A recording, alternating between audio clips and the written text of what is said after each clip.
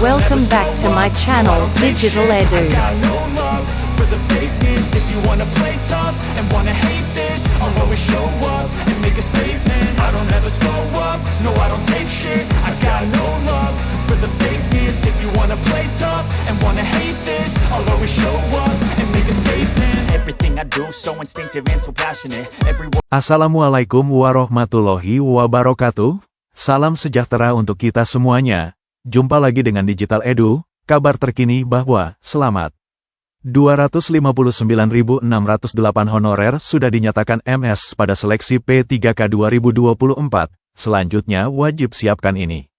Selengkapnya, yuk tonton video hingga usai.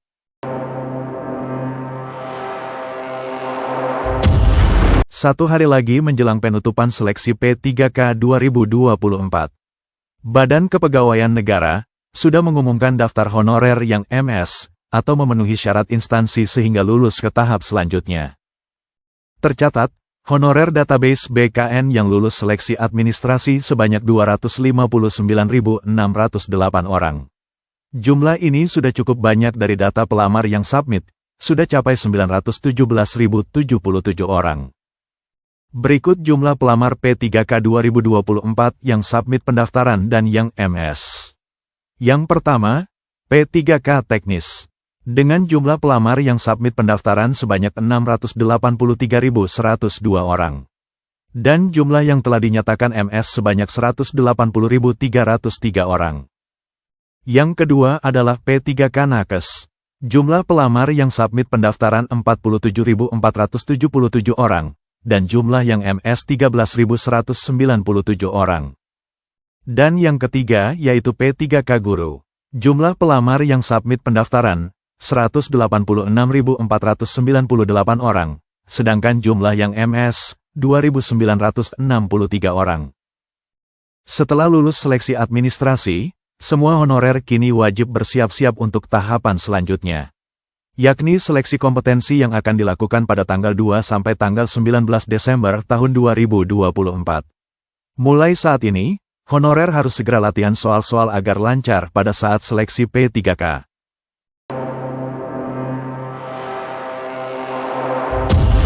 Info berikutnya bahwa tercatat sebanyak 11.473 pelamar P3K 2024 langsung gugur di seleksi administrasi. Berikut ini 5 penyebabnya. Pendaftaran P3K 2024 resmi ditutup besok, tanggal 20 Oktober tahun 2024. Tercatat, tenaga honorer yang telah mendaftar jumlahnya mencapai 917.077 orang. Hanya saja, jumlah pelamar yang langsung gugur seleksi administrasi juga cukup banyak, yakni mencapai belasan ribu orang, tepatnya sebanyak 11.473 pelamar dengan rincian berikut. P3K Teknis sebanyak 8.111 orang, P3K Nakes 398 orang, dan P3K Guru ada 2.963 orang. Banyaknya pelamar yang tidak memenuhi syarat sehingga gugur seleksi administrasi, disebabkan banyak hal. Salah satunya akibat menggunakan satu materai dalam dua dokumen. Selengkapnya, berikut 5 penyebab utama honorer gugur di seleksi administrasi P3K 2024. Pertama, salah mengunggah file atau dokumen. Kedua, pas foto telah dimodifikasi. Ketiga, persyaratan dari instansi tak terpenuhi. Keempat, kualifikasi pendidikan tak sesuai dengan jabatan yang dilamar. Dan yang kelima, menggunakan satu materai ada 2 jenis dokumen. Nah, itulah kelima penyebab utama pelamar dinyatakan gugur pada seleksi administrasi P3K 2024.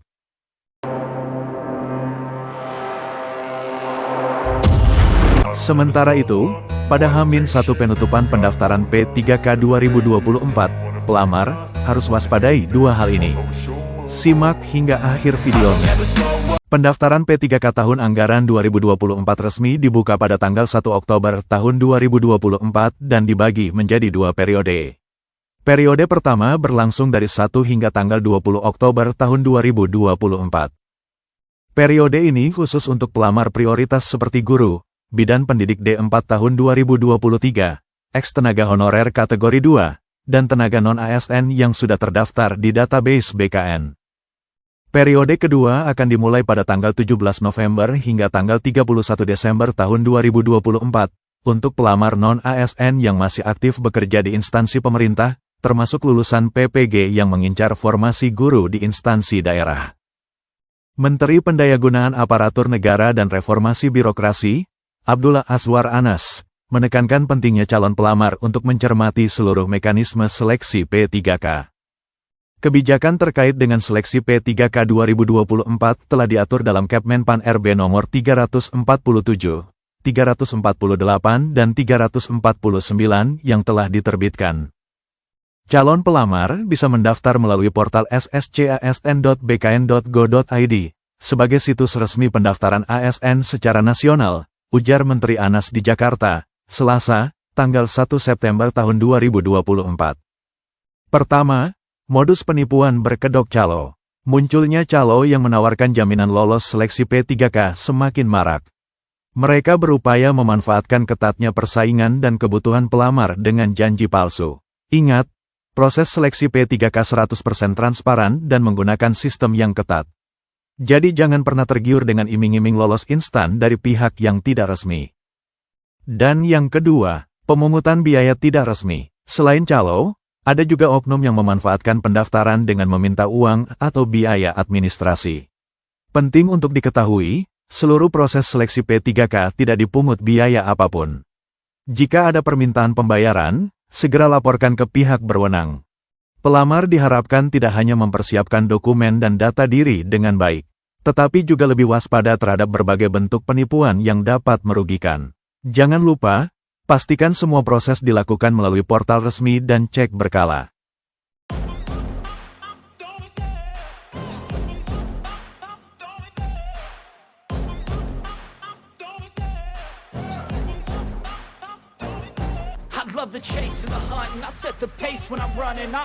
Demikian kabar hari ini, semoga bermanfaat.